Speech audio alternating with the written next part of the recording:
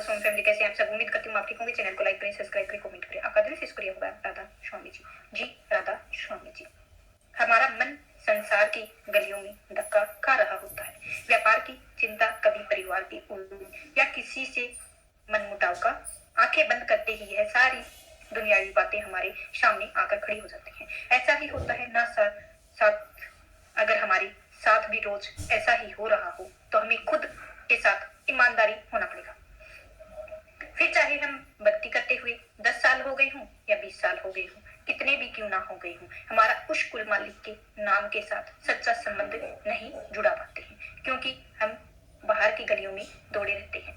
इसीलिए हम आगे नहीं बढ़ पाते हैं। उन्हीं उलझनों में, उन्हीं दिन के कामों में, रोजमर्रा में, हर टाइम हम उन्हीं में फंसे रहते हैं। आगे की जिंदगी की हमें एक उम्मीद लेकर नहीं जीते हैं और ऐसे ही हमारी सारी दिन व्यर्थ हो जाता है।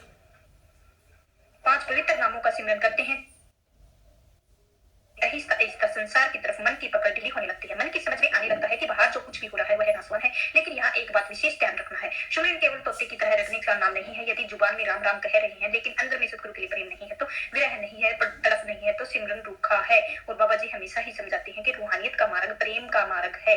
जब आप ध्यान में बैठे तो एक छोटे बच्चे की तरह हम बैठ के अपने पिता के, अपने सतगुरु की दया में सख्त जरूरत होती है। अपने अंदर एक भाव लाएं और मालिक ने जो बहुत ही कमजोर है और उसे बलवान बनाना है। अपने जोर से मन को कभी भी काबू नहीं आ सकता है। आप अपनी दया करें, मेहर करें, तभी आप मेरी सूरत इस दुनिया से उखड़कर आपके चरणों में लग सकती है।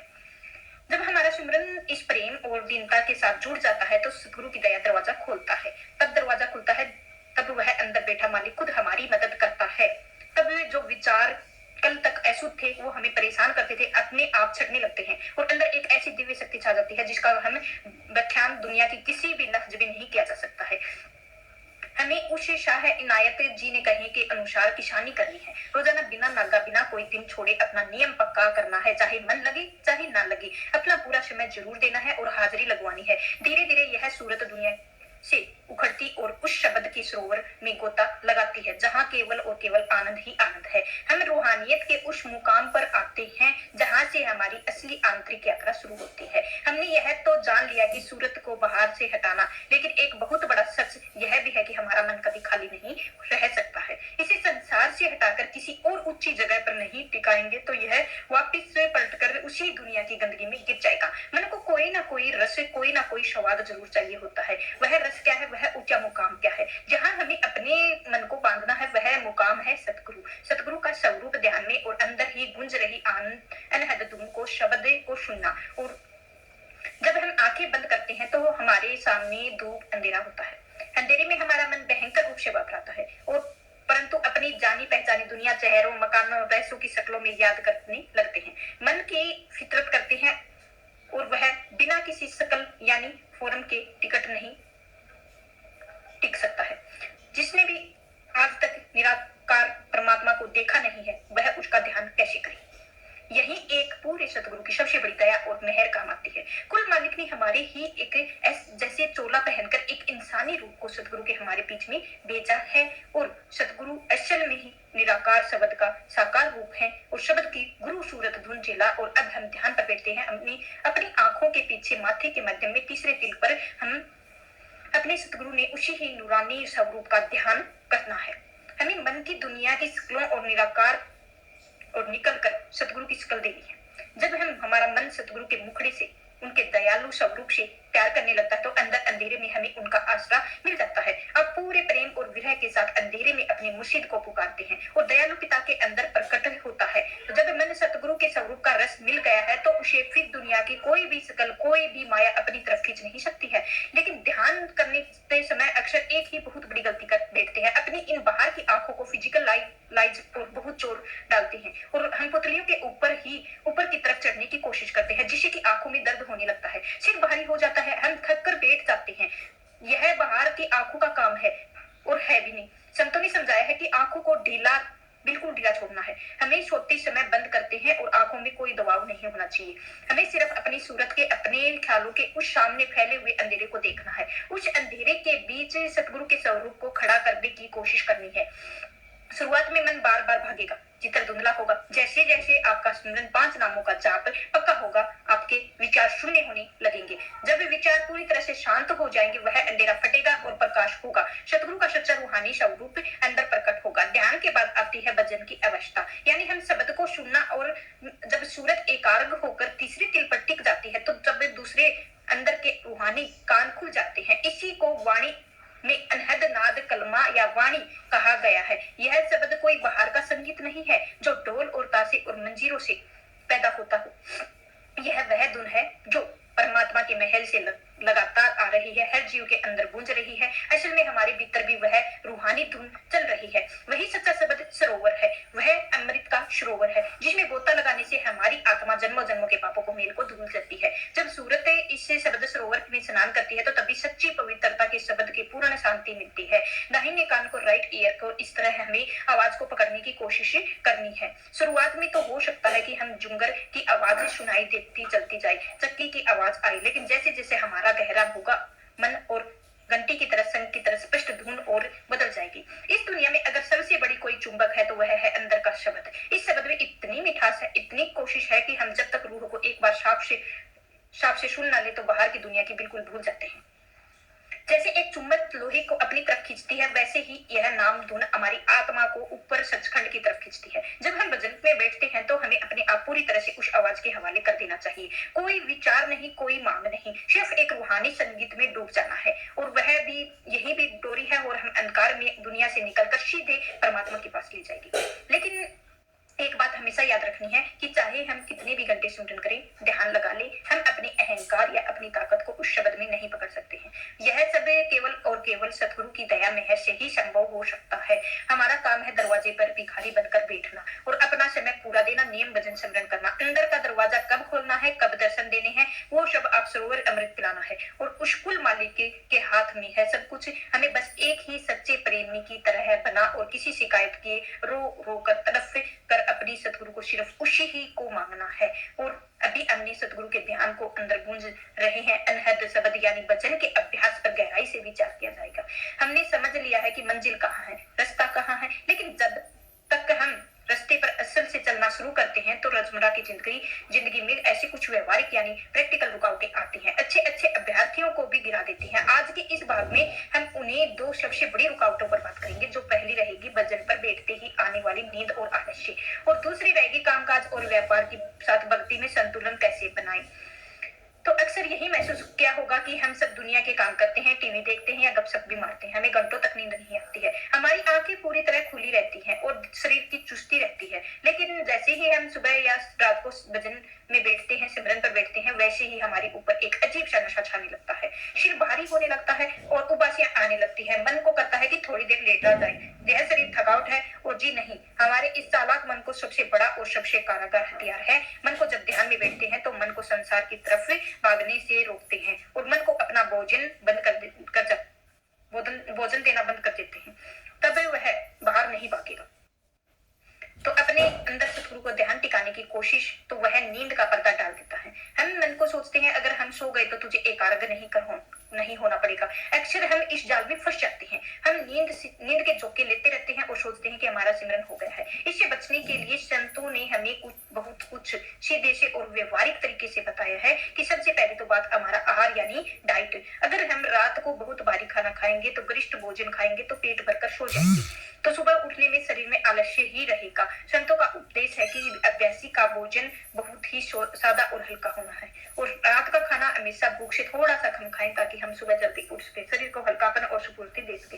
दूसरी बात होती है, आप भजन पर बैठे नींद सताने लगती है, बैठे बैठे झोंके मत खाइए और ठंडे पानी से अपने चेहरे को धो लीजिए और थोड़ा टहल लीजिए और फिर बैठिए, ध्यान लगाइए। और कभी भी आपकी दीवार किसी गद्दे या सहारे से नहीं लगनी चाहिए। एकांत में बैठना है, किसी का सहारा नहीं लेना है। आराम नहीं, शरीर को आराम मिलता है और हम नींद का बुलावा ले लेते हैं। रीढ़ की हड्डी को सीधा रखकर एक सतर्क प्रहरी की तरह बैठना है। हमें याद रखना है कि हम उस कुल मालिक के दरबार में हाजिरी लगाने बैठे हैं, सोने की इजाजत नहीं है। और दूसरी सबसे बड़ी रुकावट आती है, हमारे ध्यान के अंदर टिकने नहीं देता है हमारी रोजी रोटी का तरीका। कई बार अभ्यासी शिकायत करते हैं कि हम रोज 2.5 घंटे करते हैं लेकिन नींद नहीं आती है, फिर भी हम ध्यान नहीं लगता है और अंदर रस नहीं आता है। सबसे बड़ा कारण होता है हमारी कमाई में छुपा हुआ हो सकता है। रूहानियत के मार्ग पर हक हलाल की कमाई यानी ईमानदारी की कमाई का सबसे जरूरी होना है और अगर हमारे भोजन में किसी का हक मारा हुआ पैसा शामिल है या किसी के साथ बेईमानी का है, धोखे का पैसा है, तो अन्न हमारे अंदर कभी भी सिमरन का शुद्ध विचार पैदा नहीं होने देगा। जैसा ही अन्न वैसा मन। बेईमानी की कमाई खाया हुआ भोजन मन में उत्तेजना और वासना और दुनियावी आग पैदा करता है। ऐसी अभ्यासी आंखों को बंद करना है और अपने अंदर केवल दुनिया के पर्पज यानी बेचैनी ही घूमती रहती है। इसीलिए चाहे हम सूखी रोटी क्यों ना खा लें, चाहे हमारे पास धन कम क्यों ना हो, लेकिन वह हमारी मेहनत का हो, पसीने की कमाई का होना चाहिए। ईमानदारी की सूखी रोटी भी जो सुकून दे सकती है, बेईमानी का छप्पन भोग भी हमें कभी सुख नहीं मिल सकता है। सवाल उठता है, क्या हमें भक्ति करने के लिए अपना व्यापार, नौकरी या परिवार छोड़ देना चाहिए? बिल्कुल नहीं। गुरु साहिबान हमें जंगलों और पहाड़ों में जाकर सन्यासी बनने की शिक्षा नहीं देते हैं। उन्होंने हमें गृहस्थी आश्रम में रहकर ही मालिक को पाने का रास्ता बताया है। हमें अपने परिवार की जिम्मेदारियां उठानी है, बच्चे भी परवरिश करनी है, कामकाज में भी पूरी लगन और मेहनत से करनी है, लेकिन संतुलन के साथ। संत समझाते हैं कि हाथ कारवल दिल यारवल, यानी हमारे हाथ और शरीर दुनिया के कामों में लगे हैं, लेकिन हमारा जो दिल है, हमारी सूरत हमारी यानी सतगुरु की यादों में जुड़ी होनी चाहिए। हमें कामकाज करते रहते हैं, चलते फिरते रहते हैं, गाड़ी चलाते हैं, घर का काम भी करते हैं, जुबान से या ख्यालों से ही सिमरन कर सकते हैं। जब हम दुनियावी काम में हैं तो मन मालिक का नाम जपते हैं और वह काम हमारे लिए बोझ नहीं बल्कि हमारे लिए एक प्रकार की सेवा बन जाती है। दिक्कत तब आती है जब हम काम के साथ साथ हमारे मन को काम में फंसा सकते हैं। हमें पानी के कमल के फूल की तरह रहना है। कमल हमेशा कीचड़ में रहता है और पानी में पैदा होता है, उसी ही तरह हमें, लेकिन उसकी पंखुड़ियां पानी के ऊपर सूखी और बेदागी रहती हैं। हमें भी इस संसार में रहना है और सारे रिश्ते निभाने हैं, लेकिन मन को इन सब में फंसाने से अटैच नहीं होना चाहिए। और जो मनुष्य जन्म में हमें मिला है, कोई मामूली चीज नहीं मिली है। यह 84 लाख योनियों के कष्ट भोगने के बाद हमें मिली है। एक अनमोल दात है। हमें जो श्वास और पूंजी मिली है वह सीमित है। एक एक श्वास हम ले रहे हैं वह हमारे जीवन के काम कर रही है और करीब जा रहे हैं। हम अक्सर यह सोचते हैं कि अभी तो बहुत उम्र पड़ी है, बुढ़ापे में बैठकर नाम जप लेंगे, तो अभी व्यापार सेट कर लेते हैं, बच्चों की शादियां करनी है, लेकिन जानता कौन है कल का सूरज हम देखेंगे या नहीं देखेंगे। यह काल सबसे बड़ा है धोखा, और जो जीवों को देता है कल कर लेंगे, और रूहानियत के मार्ग पर कभी कल नहीं आता है। जो भी करना है आज करना है, अभी करना है। 24 घंटे 10वां हिस्सा हमारा यानी कम से कम 2.5 घंटे उस कुल वाले का नाम जपने के लिए होना चाहिए। जिस तरह हर रोज नहाना, खाना पीना, सोना होता है, नहीं भूलते हैं, उसी तरह हमारी आत्मा का भी खुराक, वचन, स्मरण के अपने दिन के सबसे अहम और जरूरी हिस्सा बना लेना चाहिए। जब हम इस दृढ़ निश्चय ईमानदारी की कमाई को खाते हुए, दुनिया की जिम्मेदारियों को निभाते हुए, मन को नींद आलस्य से बचाकर अपनी सतगुरु के चरणों में ध्यान लगाते हैं, तो वह दयाल पूर्वक हमारी झोली जरूर भरता है। वह हमारी मेहनत को कभी अकारथ नहीं जाने देता है। हम उसी चाबी की बात करेंगे जो सचखंड के दरवाजे खोलते हैं। वह चाबी सच्ची सेवा, सतगुरु के प्रति पूर्ण और संपूर्ण भाने में रहकर करना है। हम विचार यह सब आखिरी करके और किसके रह जाते हैं, अंत में सबसे हमारे साथ क्या जाने वाला है, साथ हमारे क्या जाने वाला। जब भी सेवा है शब्द हमारे कानों में पड़ता है, हमारा मन अक्सर यही सोचता है कि डेयरी में जाकर झाड़ू लगाना है, लंगर पकाना है, बर्तन साफ करना है, सेवा करना है। बेशक वह सेवा हो बहुत ही बड़े भागों यानी किस्मत वालों को मिलती है, लेकिन संतों से सेवा की 4 गहरे रूप से समझाए हैं। तन की सेवा, धन की सेवा, मन की सेवा और सूरत की सेवा। पहली होती है तन की सेवा, जो अपने हाथों से अपने शरीर के बिना किसी अहंकार के कारण हम सेवा करते हैं। जब हम किसी के जूते साफ करते हैं या लंगर के बर्तन मांजते हैं, तो असल में हमें बर्तन नहीं, अपने अंदर के अहंकार को मांज रहे होते हैं, हमारे अंदर दीनता यानी नरमता को ना कर रहे होते हैं। दूसरी होती है धन की सेवा, जो अपनी नेक हलाल की कमाई के हिस्सा परमार्थ के दूसरी भलाई के लिए निकालना होता है। संतों ने कभी भी किसी को कुछ नहीं मांगा, लेकिन धन की सेवा दुनियावी मुंह को आजाद करती है। तीसरी होती है मन की सेवा। मन की सेवा सबसे बड़ी कठिन होती है। यह सेवा हमें समय हमारा दुनिया में भटक सकता है, और मन की सेवा मतलब मन को बुरे ख्यालों, निंदा, चुगली और ईर्ष्या से बचाकर सतगुरु के चरणों में धर देना। सबसे ऊंची होती है वह होती है सेवा कौन सी, वह बाबा जी के हमारे परमाते हैं। सबसे बड़ी ऊंची होती है भजन की और सुमरन की सेवा। अब ऐसी रात को अंधेरे में सुबह उठकर दुनिया को छोड़कर अपने सतगुरु के ध्यान में बैठता है, तो अपनी सूरत को उस अनहद शब्द से जोड़ता है, अपनी मुर्शिद को अपनी बड़ी सेवा कर रहा होता है। तो हमारी किसी भी दुनियावी चीज की भूख नहीं है, सिर्फ हमारे वक्त के प्यारे बैठे हैं और भूखे हैं। हम सेवा करने में लगते हैं और अक्सर हमारे अंदर एक चाहत पैदा होती है कि इतना सिमरन करूंगी, कितनी सेवा करूं, और हमारी दुनियावी मुश्किलें क्यों नहीं होती, क्योंकि हमारी भक्ति कमजोर पड़ जाती है। और भक्ति में कोई व्यापार नहीं है। 2 घंटे दिए हैं, बदले में दुनिया का सुख मांग लिया है। हमने सतगुरु के बहाने में ही रहकर उनके राजी विल में रहना चाहिए। जो भी मैं हूँ, मेरा है, यह दुखों का सबसे बड़ा कारण होता है। हम कहते हैं कि मेरा परिवार है, मेरा पैसा है, मेरी इज्जत है, हम रोते हुए रहेंगे, और जिस दिन हमारा यह कहना शुरू होगा कि मालिक जो तूने दिया वो तेरा है, सब कुछ दिया वो तेरी मेहर है, जो दुख दिया वो भी कर्मों की सफाई है, उस दिन से हमारी सारी चिंताएं खत्म हो जाएंगी। तो आज का सत्संग इधर ही समाप्त होता है। चैनल को लाइक शेयर